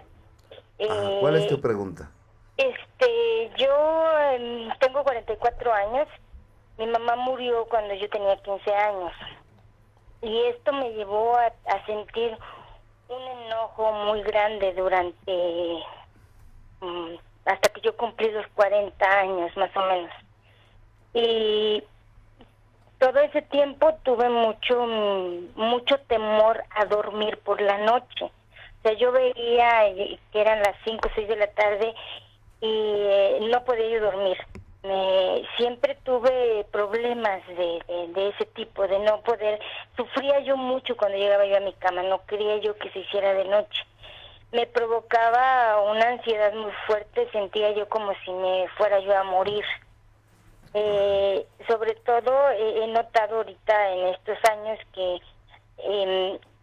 tanto a mis hermanas, a 2 hermanas mías, les pasa algo parecido. Nunca lo habíamos hablado, pero ellas y yo sentíamos. Mi mamá murió cuando ella cumplió 40 años. Entonces yo siempre pensé que esa era una edad en la que yo tenía que morirme. Tengo una hija igual de 15 años ahorita y bueno, tuve efectivamente que acudir a una terapia de duelo en la que ahí descubrí que por muchos años yo tuve un enojo muy grande con mi mamá. Yo la culpaba a ella de haberse muerto, pero ¿cómo se le ocurrió morirse en una edad que a mí me hacía falta? Entonces, como que tuve una dualidad de personalidad, porque cuando yo viví mi duelo, me di cuenta que tenía yo nuevamente 15 años. ¿Cuál es tu pregunta? Que le tengo miedo a morirme, no sé cómo manejar la muerte, me siento constantemente en angustia por esta situación. Hablar de la muerte para mí es muy complicado. Exacto. Y no sé, me entro en angustia, entro en shock cuando estoy por ejemplo en un funeral. No sé, lloro demasiado, aunque no es mi muertito, pero lloro mucho y siento ese enojo todavía, aunque sé que sé que perdí muchos años de mi vida pensando en esa parte de enojo, porque no lo he visto como si una muerte, pues no siento que mi mamá haya muerto, siento que se fue y que no quiso estar, nada más. Ok, muchas gracias por tu pregunta. Te vamos a contestar tu pregunta, que tenga buenas noches. Gracias. A ver, mencionaba ella. Realmente las personas no tienen miedo a morir, ni le tienen miedo a la muerte. Porque no la conocen. Porque no la conocen, no le puedes tener miedo a algo que no conoces. Le tienen miedo a imaginar el sufrimiento que van a tener o lo que les va a doler el momento de su muerte. O cómo vaya yo a morir. O sea, no es lo mismo morir por un infarto que morir atropellado, quemado, ahogado. Imagínate ahogado, sientes que te ahogas. Entonces, o sea, quiero que mi muerte sea lo menos dolorosa posible. Rodeado de mis seres queridos y que nada más sea un piquetito hacia mi corazón, sí, y como pollito caer así, pum. O sea, no quiero morir despedazado, ni secuestrado, ni quemado, ni balaceado, ni... O sea, no quiero... Como Rose en Titanic, queremos morir. Ándale, así, dormidos y enamorados. O sea, lo que tenemos miedo es a cómo vaya yo. No es miedo a la muerte, es cómo vaya yo a morir. Sí, eso es lo que nos genera realmente miedo y esa ansiedad. Imaginar lo que vamos a sufrir, lo que nos va a doler el momento de nuestra muerte. Pero no nos va a doler porque ya no tenemos cuerpo. O sea, es algo que la gente no sabe. Que cuando tú ya mueres, tú ya no sientes dolor. Porque lo que produce dolor es el cuerpo. Y ya no vas a estar en ese cuerpo. Ujú. Es eso. Pregunta. O puede ser el miedo a lo que va a haber después, ¿no? Al desconocimiento de lo que hay. Pero es ignorancia. Y la ignorancia genera miedo. Exacto. Y entonces, como no sé, genero historias de terror, como dice Jenny, como dicen ellos. O sea, me imagino que voy a estar, hasta te imaginas un infierno, te imaginas, sigue la luz y ahí vas siguiendo la luz y ¿qué va a pasar después de que siga la luz y la alcance? O sea, Sí. eso, perfecto. Pero yo creo que más que miedo a morir es que no sabemos vivir. Así es. Porque quien realmente vive plenamente no piensa en morir. Y si lo piensa, cuando ha vivido tan plenamente, que venga. Que venga. Ujú. Ahorita vamos a hablar de las dos siguientes. ¿Hay otras preguntas? Sí. A ver. Dice Rocío Flores, ¿cómo superar la muerte de familiares en el transcurso de poco tiempo y teniendo una familia pequeña? ¿Poco tiempo? Yo creo que no es de tiempo. No, como decíamos, no hay tiempo para trascender un duelo, para elaborar un duelo, bueno, no hay tiempo. Es cuestión de que busque un apoyo para que le ayuden a elaborar ese duelo. Nada más. La que sigue. Eloísa Lazo, ¿por qué mucha gente evita hablar o tocar el tema de la muerte si es el destino final más seguro que todo ser humano tenemos? A mí me pasa eso con mis hijos. Cuando yo toco el tema casi me la rayan, me dicen, cállate, no estés hablando de eso. ¿Por qué, Rita? Como ya habíamos mencionado, normalmente se debe a nuestra cultura, a nuestra sociedad, a lo que venimos arrastrando de nuestros mismos familiares. Eso yo considero que es meramente cultura. Cultura. O sea, si tocamos el dolor, cuando venga, no nos va a doler. Como cuando dicen, si ves a tus padres desnudos, no te va a espantar cuando ves una película porno. Pero si tus padres se tapaban siempre y nunca se mostraron desnudos, cuando ves a dos encogiéndose, te impacta, te deja marcado. Así es. Ujú. Es lo mismo. Rafael Hernández, ¿cómo puedo saber si yo superé la pérdida de mi sobrino que me lo mataron de 3 años y 8 meses? No pude llorar, siento un nudo en la garganta.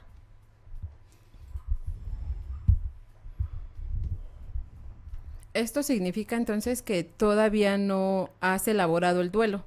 Elaborar el duelo significa que cuando hablas de él o de tu pérdida ya no hay dolor, simplemente lo recuerdas, pero ya no te ocasiona esa Sí. herida, no está, no No hay dolor, no hay dolor, sufrimiento. ni sufrimiento. Ni hay incapacidad para seguir llevando a cabo mis funciones como trabajar, reír, llorar, Hacer ejercicio, la comer, vida social. Ujú. dormir, encogerse y todo eso.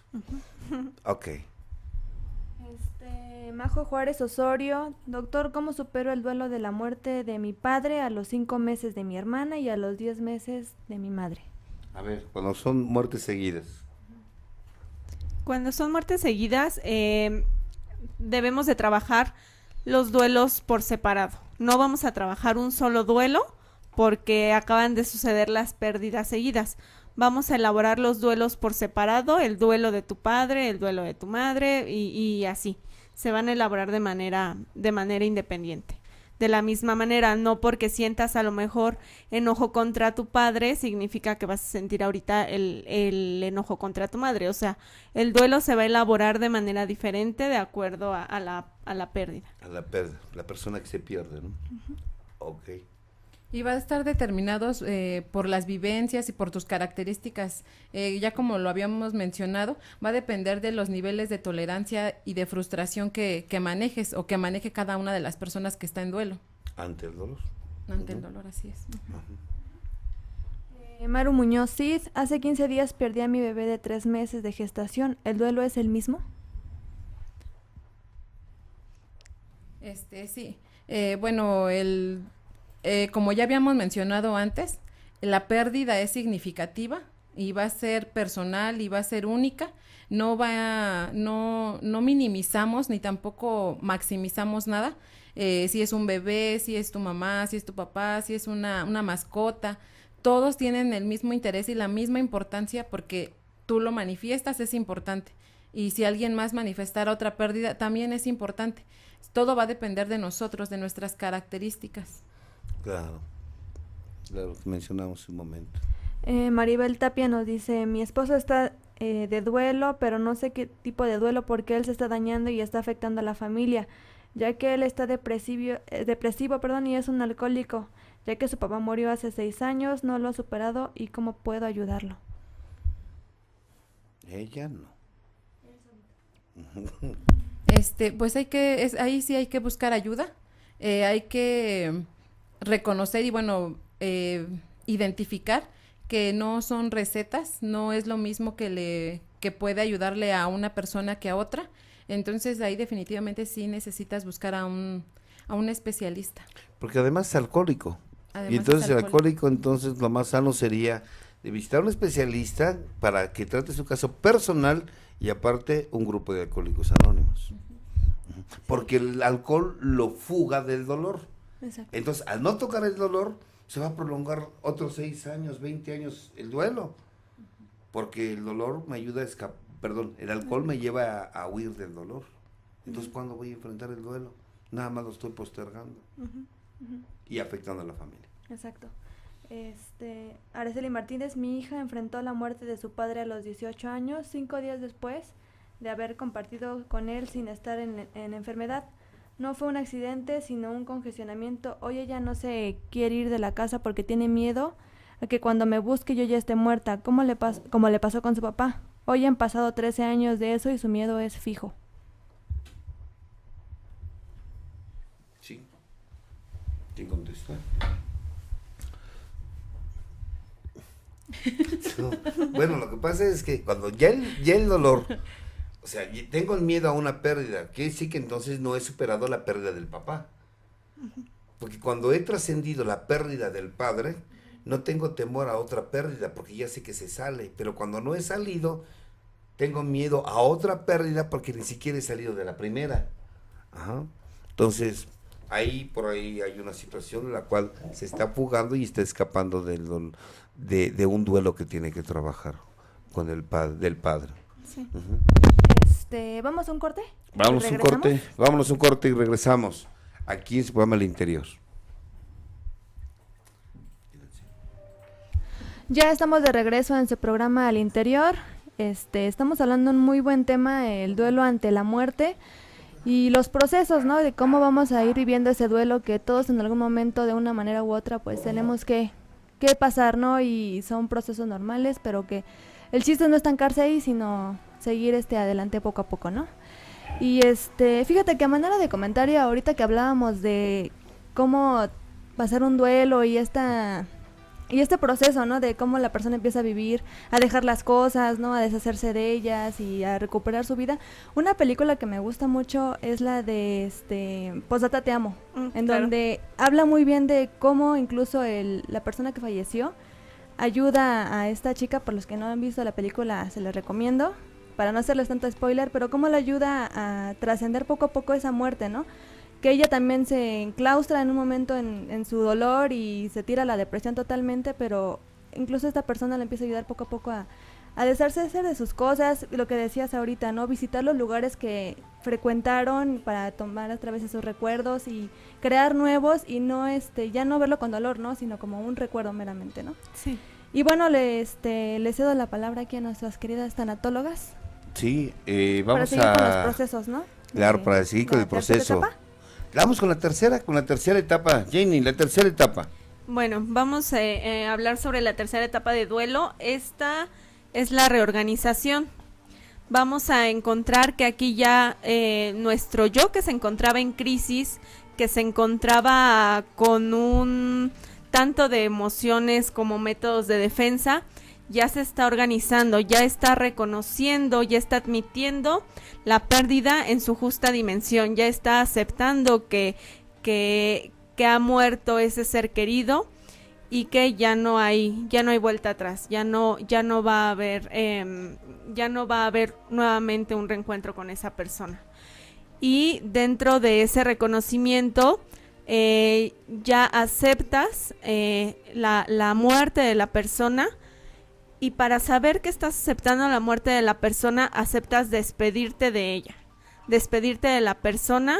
No me refiero a que la olvides, no me refiero a que te tienes que deshacer de todo y como que nunca existió, simplemente despedirte, decirle te perdono, me perdonas, me perdono por todo lo que te hice o por lo que no te pude haber hecho, y ya, te dejo descansar, te voy a recordar, pero ya sin dolor.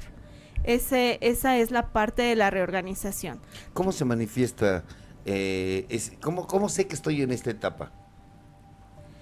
Cuando precisamente ¿Qué podemos... características presento, por ejemplo? Perdón. Puedo hablar sobre el muerto y ya no me va a doler.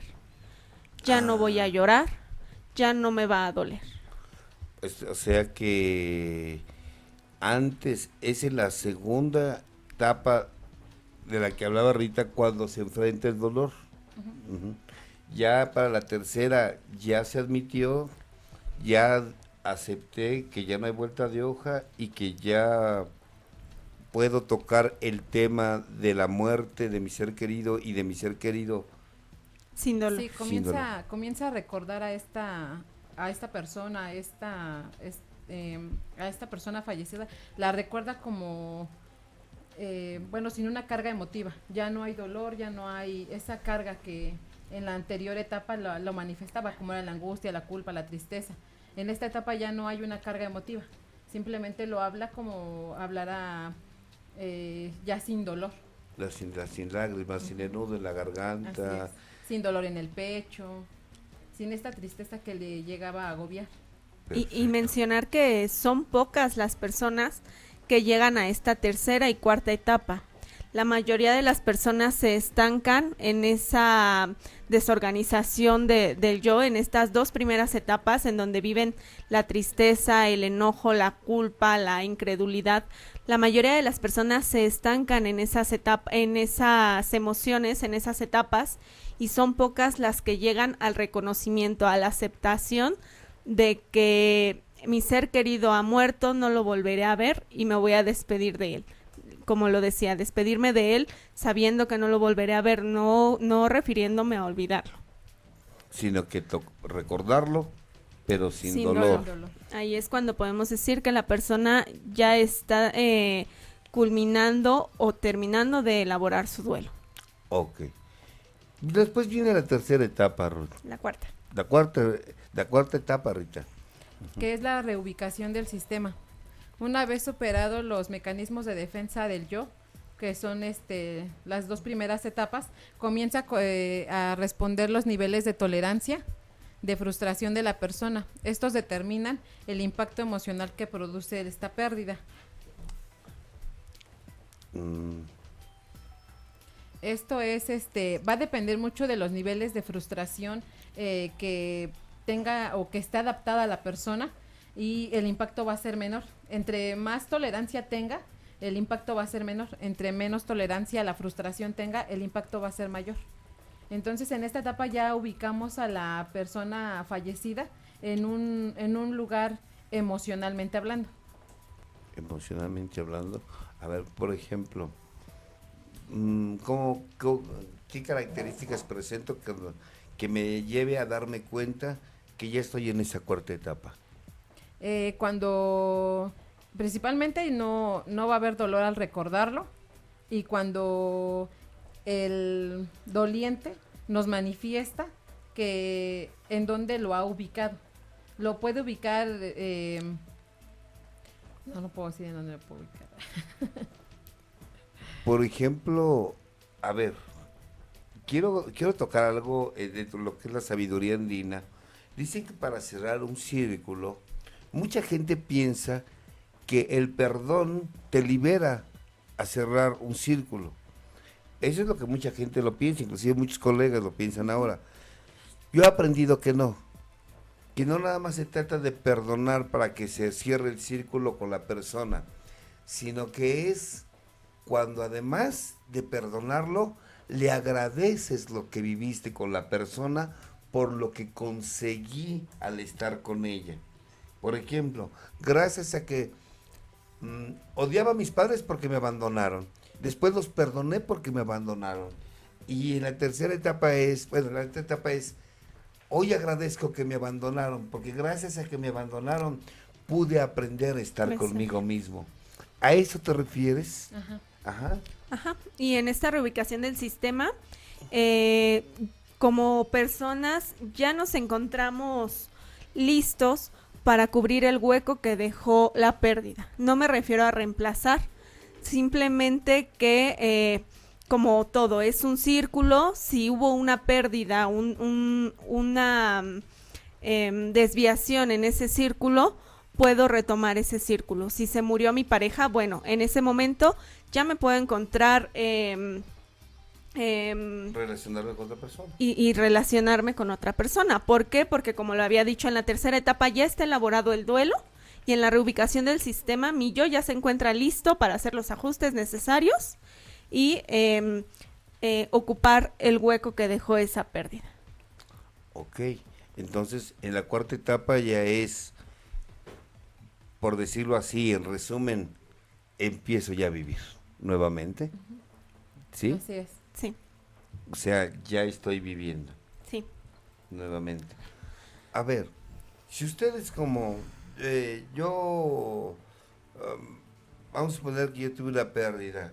Ustedes como tanatólogas, si yo le hiciera esta pregunta, yo tuve una pérdida, ¿qué es lo que ustedes me sugieren para que pueda trascender más rápido esta etapa de duelo? ¿Qué es lo que ustedes sugerirían? ¿Pérdida de qué? La pérdida de un ser querido. O sea, he tenido la pérdida de un ser querido.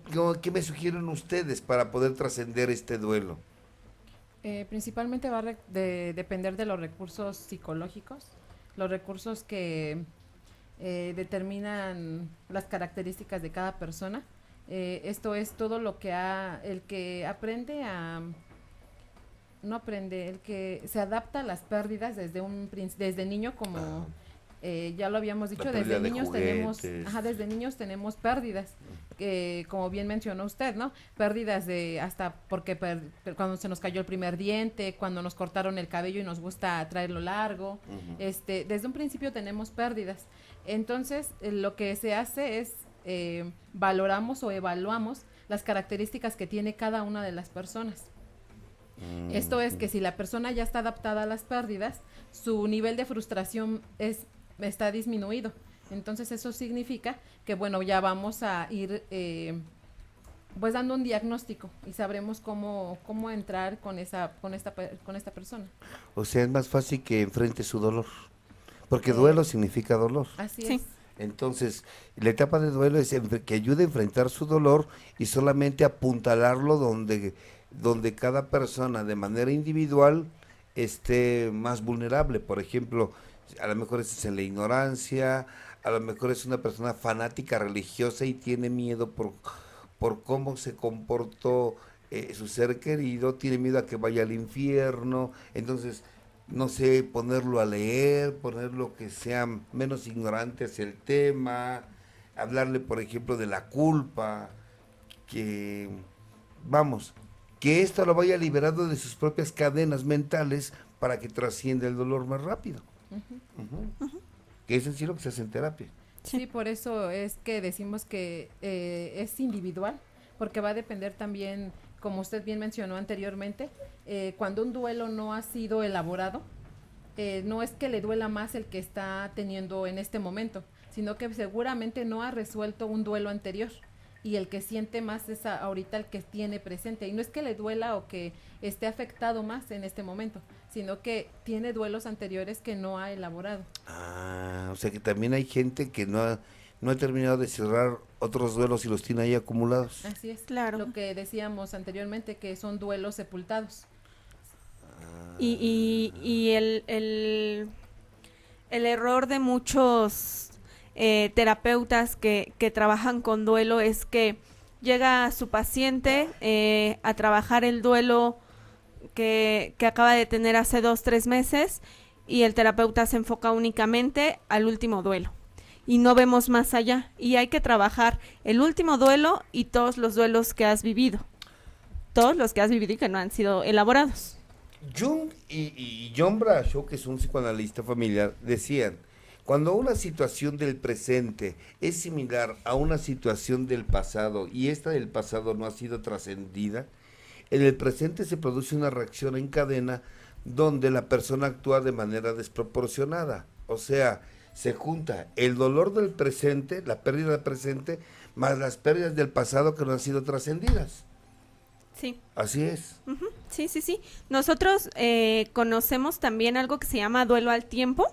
El duelo al tiempo es cuando has sepultado el duelo, pero después de 20-30 años reaparece.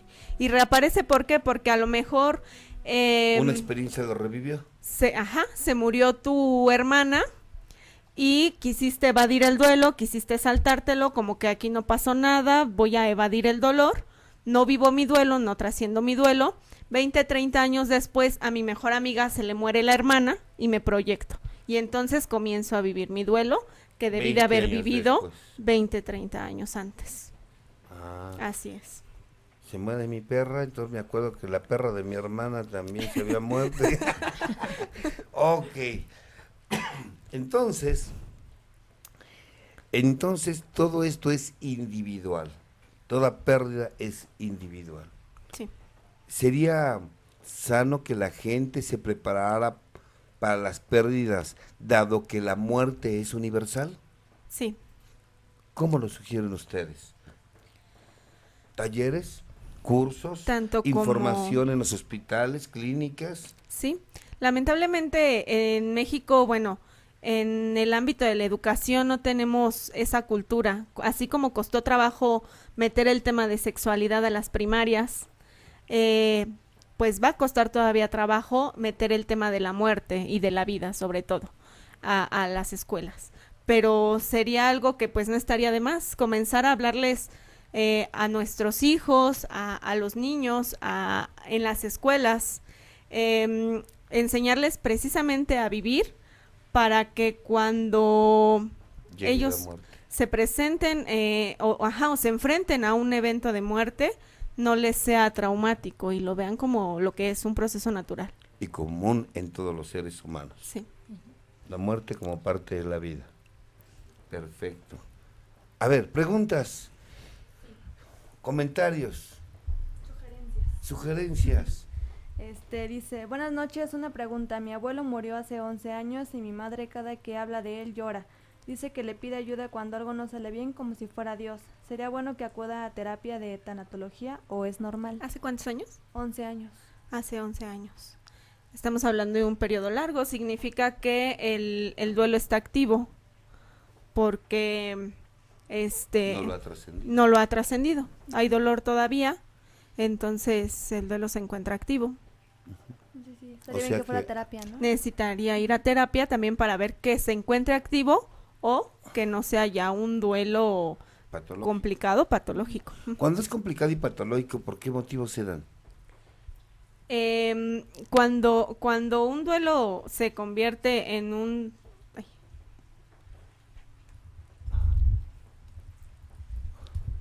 En el duelo psicopatológico, normalmente hay deterioro, como ya lo habíamos mencionado, deterioro de las relaciones interpersonales, que esto es compañeros de trabajo, familias, conocidos dentro de la misma, en su área laboral o en su área doméstica, y la relación ya no es la misma. Hay disfuncionalidad en la vida diaria, en las actividades de la vida diaria, como es el ejercicio, el alimento. La vida sexual inclusive, la vida afectiva. Así es. Ajá, la vida sexual, la vida afectiva. Y el sufrimiento con alta intensidad. Esto quiere decir que el paciente ya no lo puede controlar. Inclusive podemos llegar al alcoholismo, drogadicción. Así es. O autoagresión, conductas autoagresivas. Prácticamente Perfecto. El que un duelo sea sano, complicado o patológico se va a determinar entre la segunda y la tercera etapa. lo que les decía, son pocas las personas que trascienden un duelo y llegan a la tercera etapa. Generalmente pues es muy fácil como mecanismo de defensa quedarnos en el enojo, en la culpa, en la ira, que son normales siempre y cuando cursemos a la tercera etapa. Son pocas personas y eso va a depender, bueno, de los recursos psicológicos que tengamos y de nuestros comportamientos y conductas. Ya ahí se va a determinar si el duelo se elabora o si nos vamos a pasar a un duelo complicado o psicopatológico. Y entonces ayudarle a la persona a que elabore su propio duelo para que lo trascienda. Así es. Perfecto. Otra pregunta. Nos dice, mi doctor, una amiga acaba de perder a su hijo de 14 años, está devastada, no sé cómo puedo yo ayudarla. ¿La amiga o ella? O sea, volvemos a caer a lo mismo. Ella, cuando necesite la ayuda, te lo va a pedir. ¿Estamos de La va a acuerdo? buscar. ¿Estamos de acuerdo? Sí, ¿Estamos de acuerdo? No hay que buscarle terapeutas ni ayuda Ni tanatólogos, a las nadie. personas. Cuando su amiga deje de, o ya no pueda adaptarse y deje de no soportar ese dolor, ella va a buscar ayuda. Claro. Marta Borrezuli nos dice un buen tema muy interesante. Pregunta, ¿se puede considerar duelo cuando te separas de alguien no por muerte sino porque se van? Claro, si la persona de la que te separaste tenía contigo un vínculo importante, si era especial para ti esa persona, por supuesto, ese es un duelo. Como les decíamos, un duelo es una pérdida significativa, no siempre por muerte. Pero en este caso estamos hablando de la muerte. En este caso estamos hablando de la muerte, pero un divorcio, una ruptura de pareja, una ruptura de amistad, cualquier vínculo que se rompe es muerte, es duelo, perdón. La rompida de novio también. Sí, También. que estaría bien que volvieran a venir y ya hablar de esas pérdidas, ¿no? Ya de una pérdida de separación, tanto de, dicen, el nido vacío o de... La pérdida de los hijos, la pérdida de la pareja, divorcios. Pérdidas materiales también, de un Pérdidas trabajo. materiales. Sí. Estaría bien, ¿no? Sí, estaría bien hablar de eso. ¿Alguna otra? Miriam Araceli Ramírez, cuando hay un duelo, ¿hay pérdidas secundarias? ¿Cómo? Cuando hay un Cuando duelo, hay un duelo, hay pérdidas. Nos pregunta que si hay pérdidas secundarias. pues cuando es patológico. Cuando ¿no? es patológico, como lo decíamos, puede existir la pérdida de amistades, la pérdida de trabajo. Claro que sí hay pérdidas secundarias si no se elabora el duelo. Alexa Amorosa Cortés, yo en lo personal tengo una relación muy estrecha con mi papá y en ocasiones pienso en el momento en el que él se muera y solo de pensarlo me pongo a llorar, me pongo muy mal, no me gusta esa idea. ¿Ves? Y es sufrimiento. Porque todavía no te entra la bala y ya te estás revolcando de muerte. Espérate. Entonces, eso ya es sufrimiento.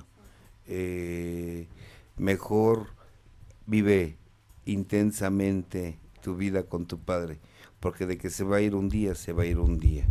Entonces, mejor aprovechalo ahorita. O tú te vas antes. O tú te vas a ir primero y ya no lo vas a poder tocar. Hace 3 meses murió un familiar mío, mi padre, y a veces me pongo triste con cosas que van pasando durante el día. En este momento sigo siendo productivo en cualquier ámbito. Mi pregunta es, ¿cómo se puede trabajar el duelo con los 12 pasos del programa de AA? Buenas noches y muchas gracias. Ya en este caso son los 3 primeros pasos. Voy a poner mi vida y mi voluntad al cuidado de Dios. ¿Cómo? Le voy a decir lo que pienso y siento. Pero después hacer un cambio de actitud para vivir yo. Quien se murió fueron los demás, yo no. Yo tengo que continuar mi vida, lo más apegado a como la estaba haciendo. Mayela Esquintín nos pregunta, hola, mi padre falleció hace 5 meses y no he podido llorar y la verdad estoy muy tranquila, tampoco la he soñado como toda mi familia que dice que la sueña. ¿En qué consiste esto? ¿Será que como hija siempre estuve con ella hasta en su muerte? Lo que hablábamos, ¿no? Cada quien lo va a enfrentar en su tiempo, ¿o no? Bien, lo que sigue. Verónica Torres, a mi madre le diagnosticaron demencia Senil. que me dice el psiquiatra que ya se debe hacer un duelo porque mi madre ya murió. ¿Cómo hago esto? Bueno, murió mentalmente y ella no tiene recuerdos, pero te sugiero que sea hasta que sea la muerte total, porque si bien ella ya no es ella, físicamente ahí está, entonces no la podemos ubicar como en la cuarta etapa, que es la que mencionaban, ajá, o sea, no la pueden ubicar porque sigue ahí viva, ya no es ella, pero sigue viva, entonces hasta que ella pierda. Ahorita está enfrentando un duelo, el duelo por pérdida de salud. Sin embargo, el día que fallezca, va a vivir otro duelo. Que es el de por muerte. Javier. Sí, tengo por aquí una pregunta.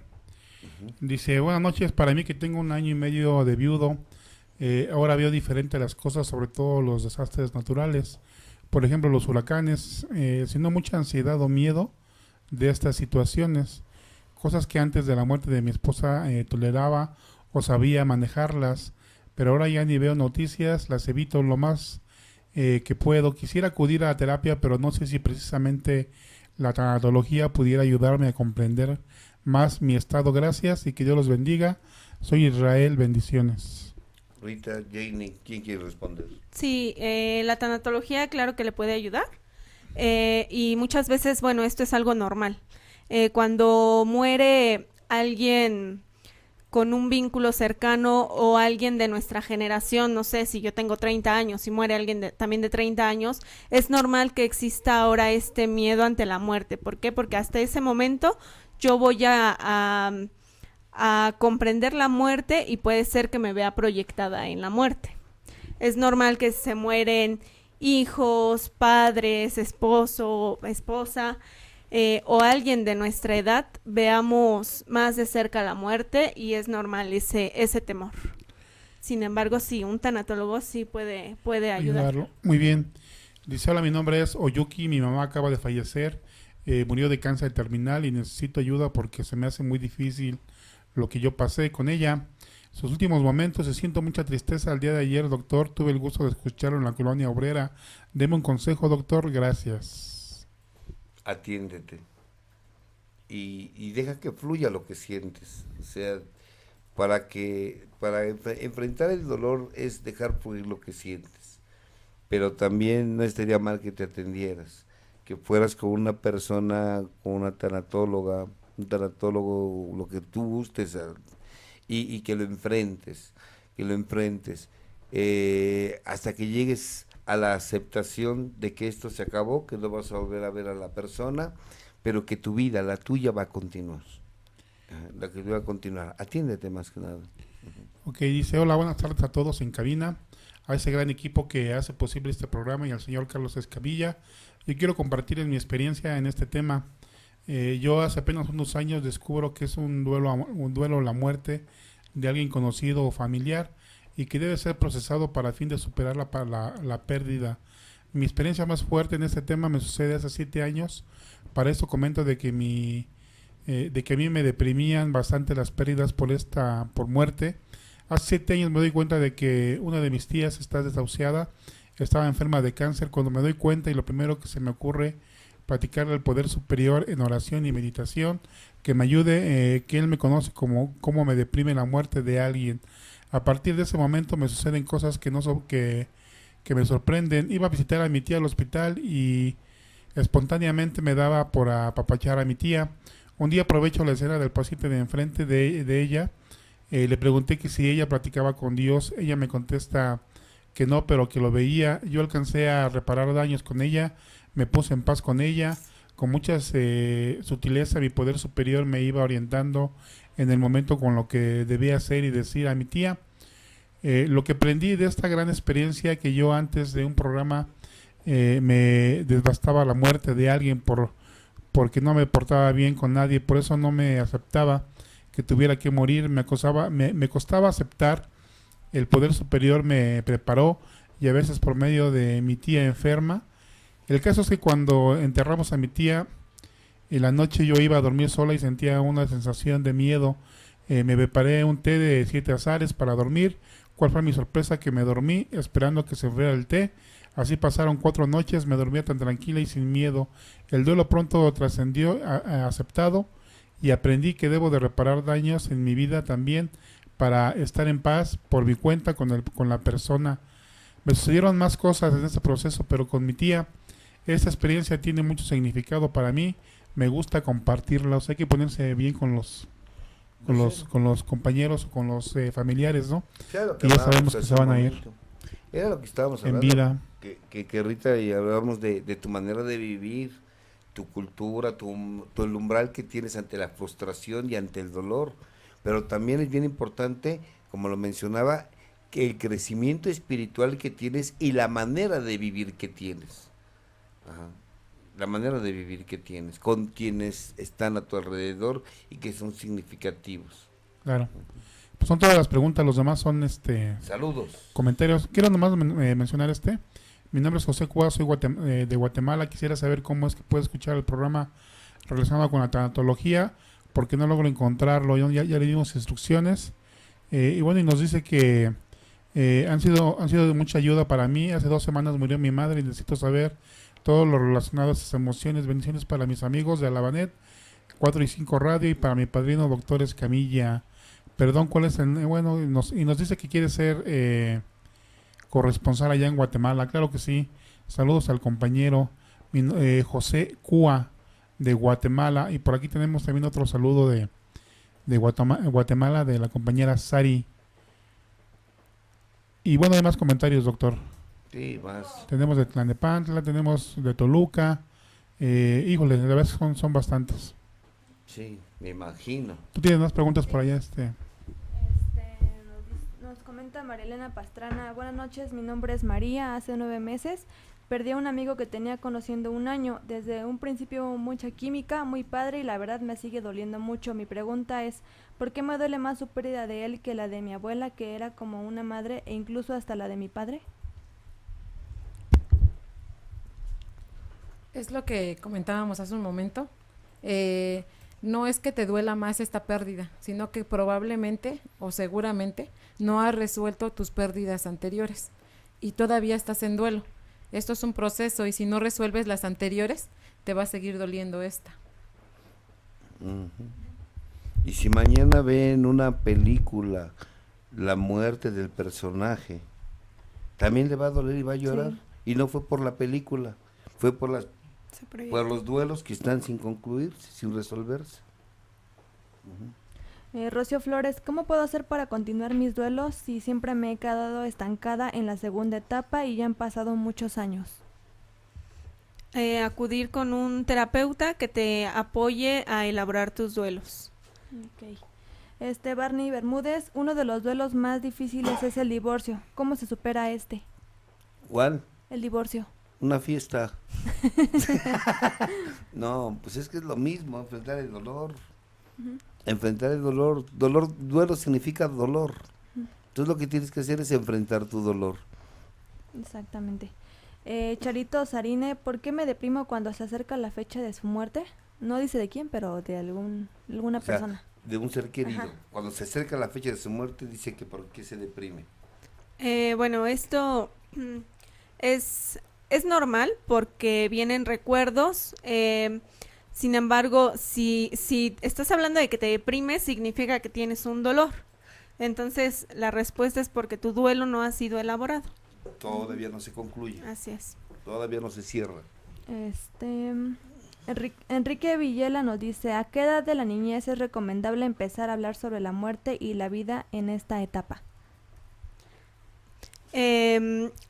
Como niños, a partir de entre los 5 y los 8 años, ya comenzamos a conceptualizar lo que es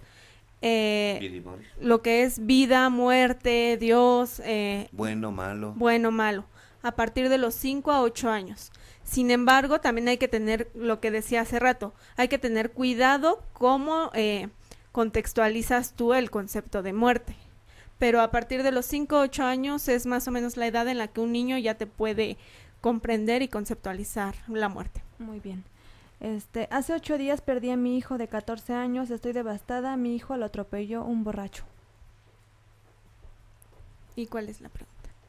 Bueno, nos comenta eso, que está devastada. No, pues sí, está es normal. Y es reciente. En la primera etapa. Así es. Es la primera etapa, está en la desintegración del yo. Así es Es un proceso normal, buscar apoyo.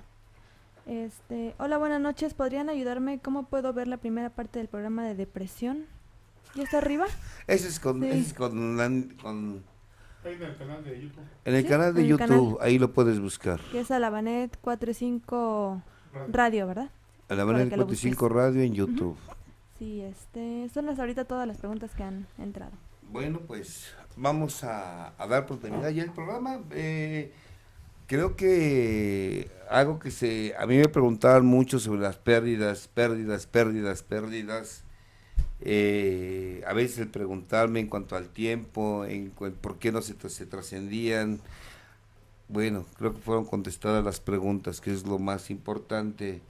Y sugería a la gente, así como les he hablado de AA, de hijos adultos, de codependientes, próximamente invitar a adictos a los hombres, adictas a los hombres o adictos a las mujeres, que también hay grupos aquí en México, lo digo por los que están en otros países, que también los vamos a tener aquí, de mismo Al-Anon, Neuróticos Anónimos.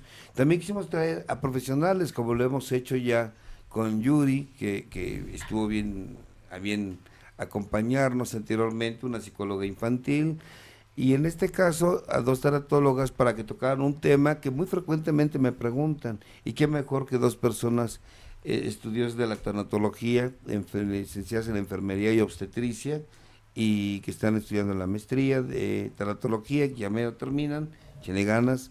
Gracias Rita Hernández, ¿verdad? Rita Hernández, muchas gracias por estar aquí en tu programa Al Interior. Esperemos que no sea la primera vez que nos acompañes, Rita. Muchas gracias a ustedes.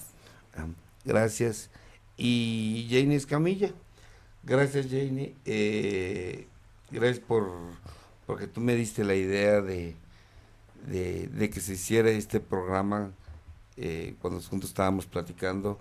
La gente no lo sabe y yo lo que decía hasta el final, ella es mi hija y pues ya próximamente vamos a estar trabajando, inclusive dando talleres sobre pérdidas. Sí. Pérdidas. Hija, te amo. Gracias, papá. Te amo, hija.